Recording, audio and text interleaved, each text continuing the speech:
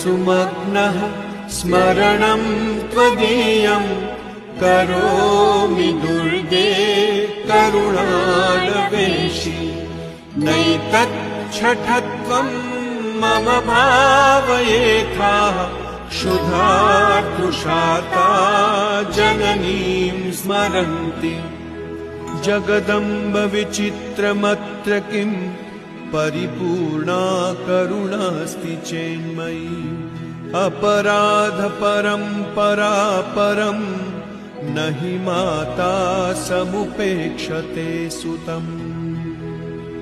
मत्समः पातकी नास्ति पापग्नि त्वत्समा नहि एवं ज्ञात्वा महादेवी यथा योग्यं तथा